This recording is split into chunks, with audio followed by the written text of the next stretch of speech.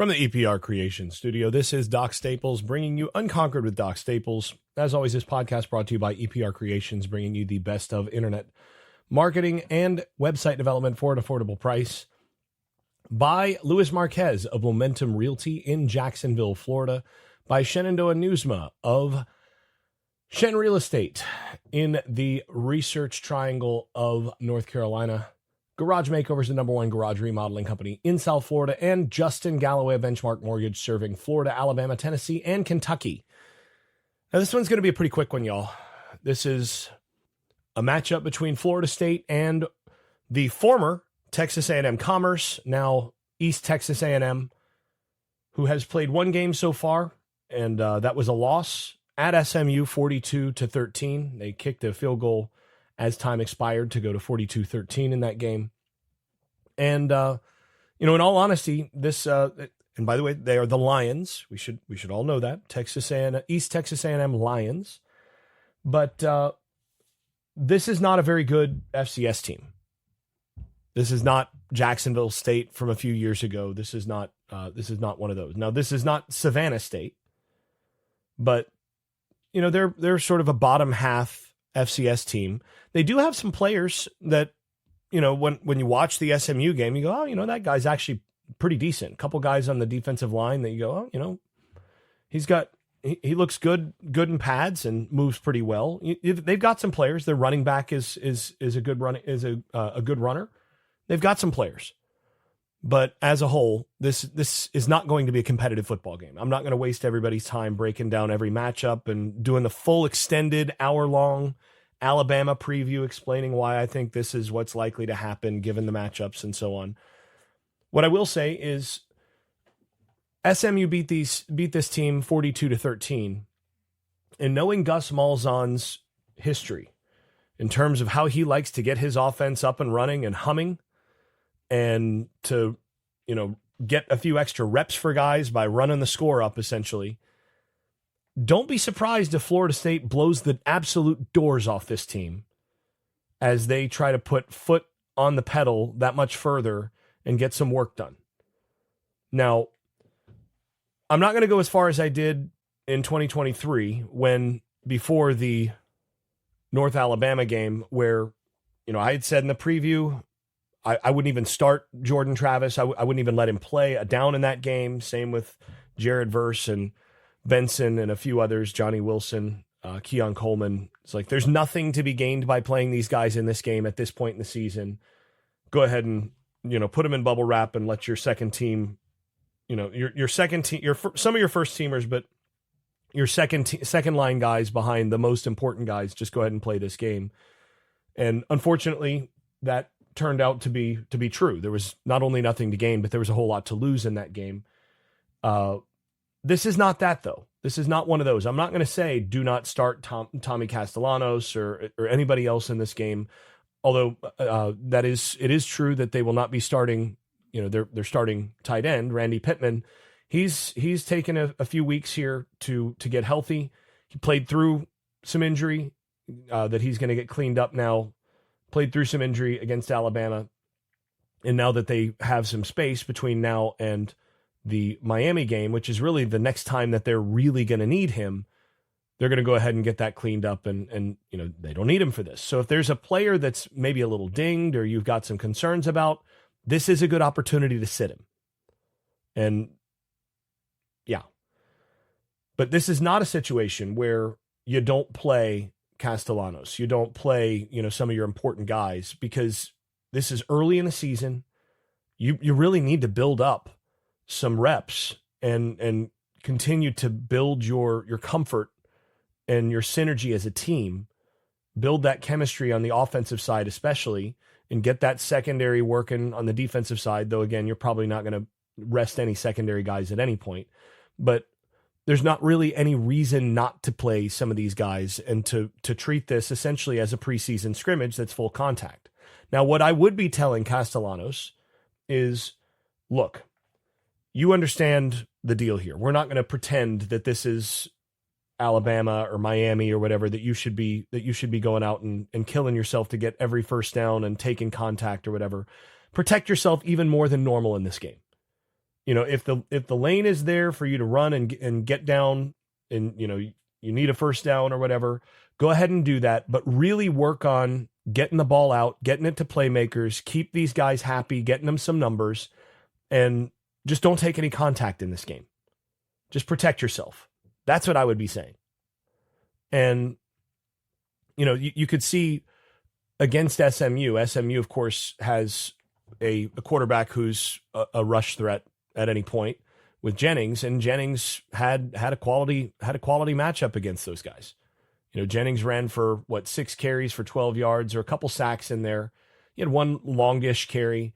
I think it was something like 30 yards or whatever. Now, the fact that they did give up a couple sacks in this game is telling. The East Texas A&M did get after him a little bit in that respect. And I'm not actually sure how good SMU's offensive line is this year. Jennings did also have a little bit of trouble as a passer, had one interception in the end zone, had a couple balls broken up. But all in all, it was a very productive passing day from Jennings, 22 of 30 for 73% there, for 260 yards, 8.7 per attempt, and 2 scores. And then, of course, that one pick in the end zone. In the first play of the game, you could just see the athletic difference. I mean, they sent Romello Brinson deep, and he just ran right by the corner for an easy score. And this is one where you'd expect to see Squirrel White and a couple other guys on Florida State's team just be able to get deep, and you just work on some deep balls. Get quick scores and make some guys happy for getting some long scores and practice your vertical throwing. It's basically what you're doing. But the big thing in this one is to continue to also get reps for some of the guys that you're going to need to be in absolute form for the Miami, Florida game coming up. And that's, specifically Us Chroma at running back. You want to really get him lathered up and give him some opportunities, because ideally he's your kind of number one back against Miami. You have him and Sawchuk, and ideally he's the guy that sort of has taken over as the 1A back against Miami, because he's, I think, clearly the most talented back on this team. You want to get him to where he's really feeling it and feeling comfortable with that offensive line. You want to rotate some of your offensive linemen in this game, especially in the second half. Get some of those second team guys in there. Give them some opportunities to get a full half of work if you can. And ideally, to me, the ideal in this game is really get Castellanos about a quarter or about a half and maybe one drive of work. And then you give each of the backup quarterbacks maybe a quarter, roughly. That's kind of what you want to do. That's ideal. That's if things go as they should. And the thing about this, we've seen Florida State lay eggs before against bad teams. But the biggest thing that comes up in this one, Texas A&M, I was about to say Texas A&M Commerce again. East Texas A&M against SMU, 35 carries, 107 yards, 3.06 per carry. They struggled to run the football. Basically, to me, the teams that are more likely to get upset against bad teams are teams that aren't as good on the line of scrimmage on one side of the ball or the other, which leads to turnovers, leads to giving up, too many plays on the defensive side. Basically, if you stop the run and you run the football, you're going to typically beat the teams you ought to beat, and you're going to beat them bad. And I think that's what you're going to see here. Florida State will run the football just fine. And again, you hope you stay fully healthy on the offensive line. You need to be healthy on the offensive line over the course of this year. But basically, as you start rolling, that's when you can start getting some of those guys out of there, and you can basically keep the pedal down while working your depth. And on the defensive side, I don't think they're going to give up 3.06 yards per carry. I think you're looking at more like 2 yards per carry in this game. And then the biggest thing that you're really working is your pass defense in this game. You get ahead a little bit. Texas A&M Commerce threw 43 times against SMU. Only completed 20 of them. 2 interceptions. This is a game where you have the opportunity on defense to really work that back end communication, to make sure that you're tightening up some of the space that was there against Alabama. And for those of you who haven't seen it, posted it up on the Unconquered Substack, which is really where I'm sort of pushing more stuff. I tend to like that platform a little better than Patreon, but also put it up on Patreon and YouTube. The film review sessions for the Alabama game, and I'm a little rusty on some of that, so over the course of the season we'll get more up to speed on some of that. But looking at it, one of the things I kept pointing out on the defensive side, and I did offense and defense separately on this, one of the things I kept pointing out on the defensive side was all of the space that was there where there were plays to be had, plays to be made by the Alabama passing game. There was space. The Florida State secondary was by no means locked down over the course of the game. It's just Alabama didn't take advantage of it and couldn't. I think Ty Simpson at quarterback, and then also you combine that with some of the drops that they had, specifically from Ryan Williams, I think they left somewhere between 21 and 28 points on the field offensively.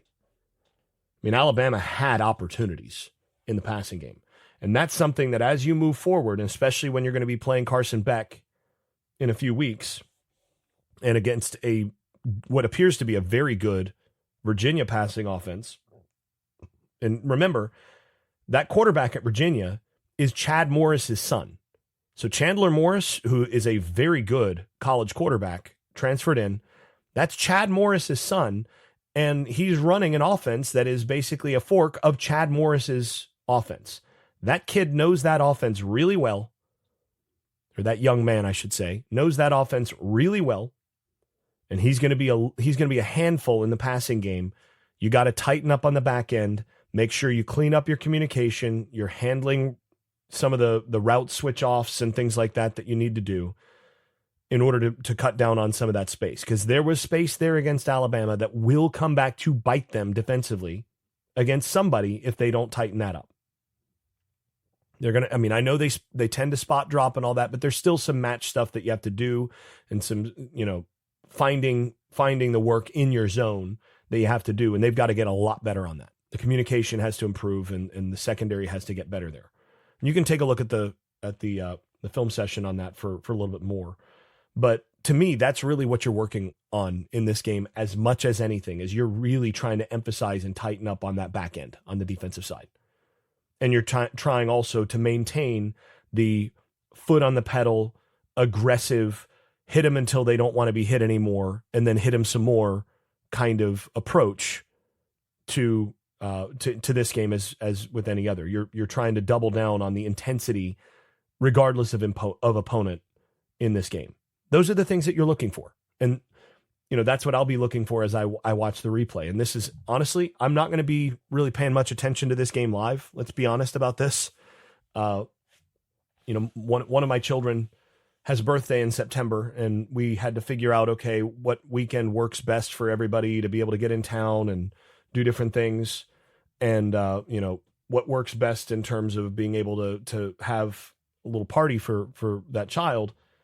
And this was the weekend that we ended up going with over, this next weekend. There are a couple weekends that we could have potentially done it. It's not necessarily on the actual day. We're just trying to pick a weekend. And one of the things I looked at is like, look, this is a weekend where I'm not going to need to watch these games live. I can go ahead and, put it on in the background for some of the people who are at the party and all that, have it on in the garage. No big deal. I'll make sure that I go through with a fine tooth comb after that. But I'm not going to be paying a whole lot of attention to this live unless something screwy looks like it's happening, in which case I'd have to buckle down and take a look. But I don't expect that to happen. And I'll do a hot takes podcast when things are a little cooler, a little bit later. It'll come a little bit later in the day than normal.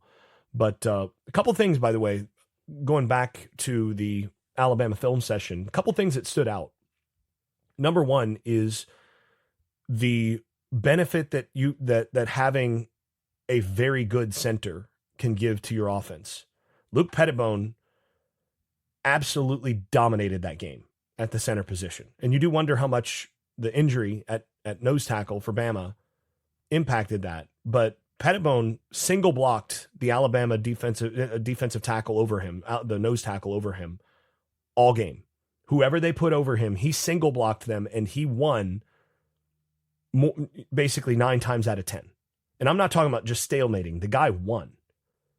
And I had an offensive coordinator 20-some years ago tell me, look, if you've got a center who can single block whatever defensive tackle's over him, that changes your offense. It completely changes what you can do. And he opened up the Florida State offense by essentially being an enormous upgrade over what Florida State has had there in Maurice Smith the last few years. Smith normally would stalemate. There were times where he was getting pushed back a little bit. Pettibone he dominated that game on the interior. And then that allowed so much flexibility from everybody else on that offensive line. They were getting to second level, and they were getting hands-on linebackers and all of that. And the backs were getting space before they got hit. And that just changed. And also, when you look at how much time Castellanos had when he was dropping back to pass, he was not getting pressure from in his face. And for a shorter guy especially, that matters. So for me, one of the absolute players of the game is Pettibone, because that guy, if he plays like that over the course of the whole season, stays healthy and plays like that, he should be in discussion for first team All-America. He might be the best center in the country if he plays like that all year. That absolutely stood out.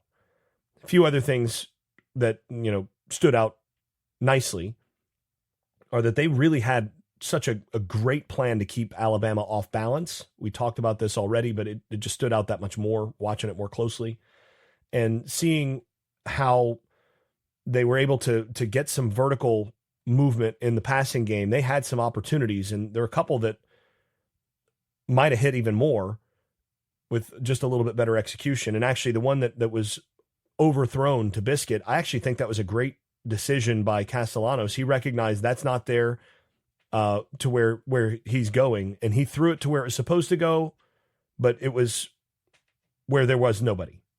And if Biscuit, by the way, keeps that straight, if he recognizes the coverage correctly and keeps that straight, that could have potentially gone for another 30 or 40 yards.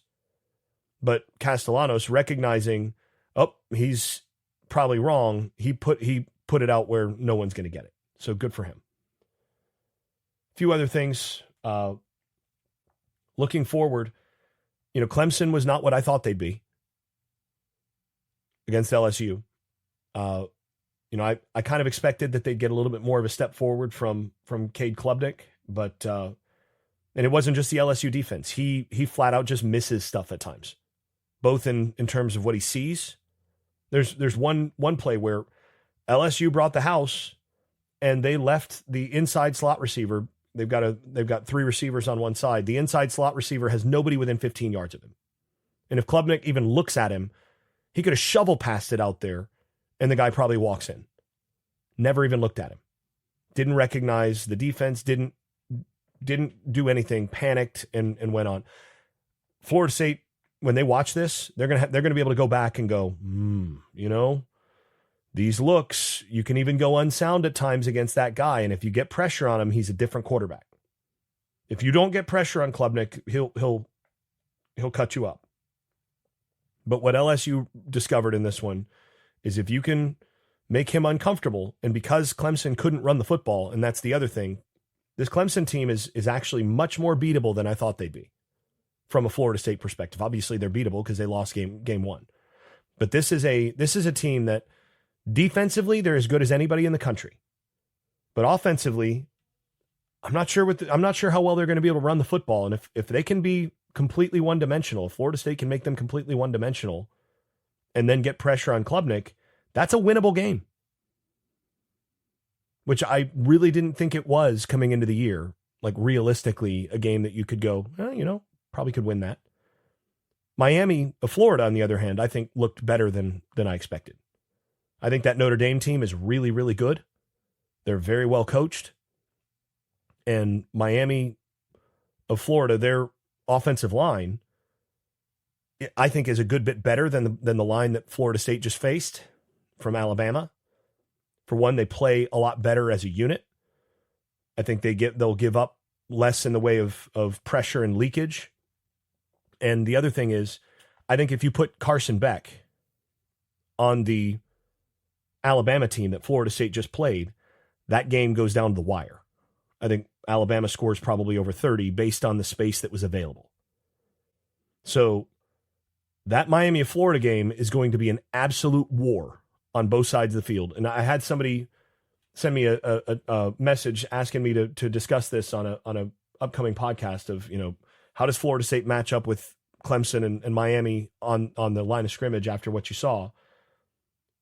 I think Miami of Florida and Florida State in the trenches, if both are healthy going into that game, you're looking at basically a coin flip in the trenches. That's going to be a war. I'm talking about, 90s level, 80s level, or late 80s level war between Miami of Florida and Florida State in the trenches.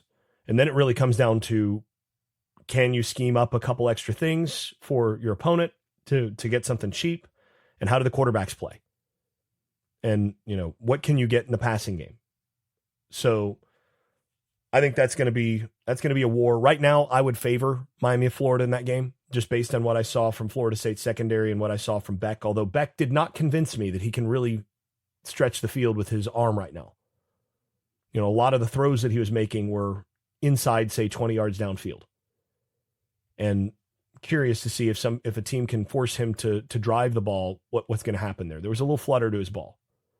So I'm curious.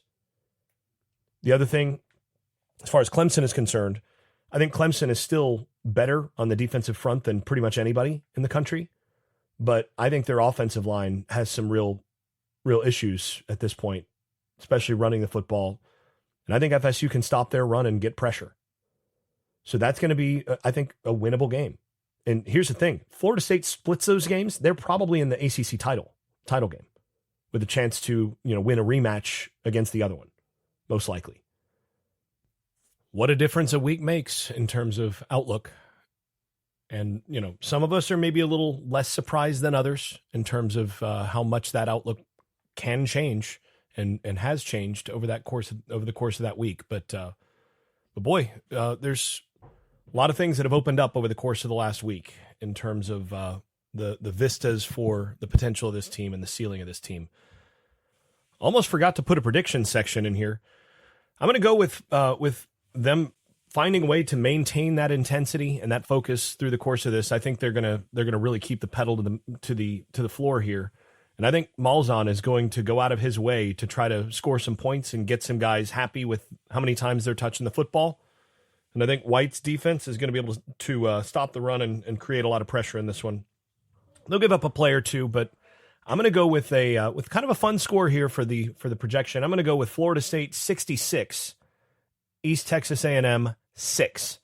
And when the folks around the country see that 6, 6, and 6 on the board, they're going to know that Mike Norvell has come into this season with some black Air Force Ones on, and he's ready to go full villain mode here. Should be a fun one. Or really not, but at least it's an opportunity to get a lot better for this team and get a lot of guys some opportunities to get some live reps and be able to correct a lot of things as they move into preparation for the non-preseason portion of the schedule. Very useful. Get healthy, get right, get better game. We'll talk to you all after that. This has been Unconquered with Doc Staples. I'm Doc Staples. Thanks for listening. If you've been enjoying this podcast, please leave a 5-star rating over at Apple Podcasts and wherever else you listen to podcasts. Post and repost episodes on social media and tell a friend. And if you haven't left a review in a while, do it again. It really does help the visibility of the podcast.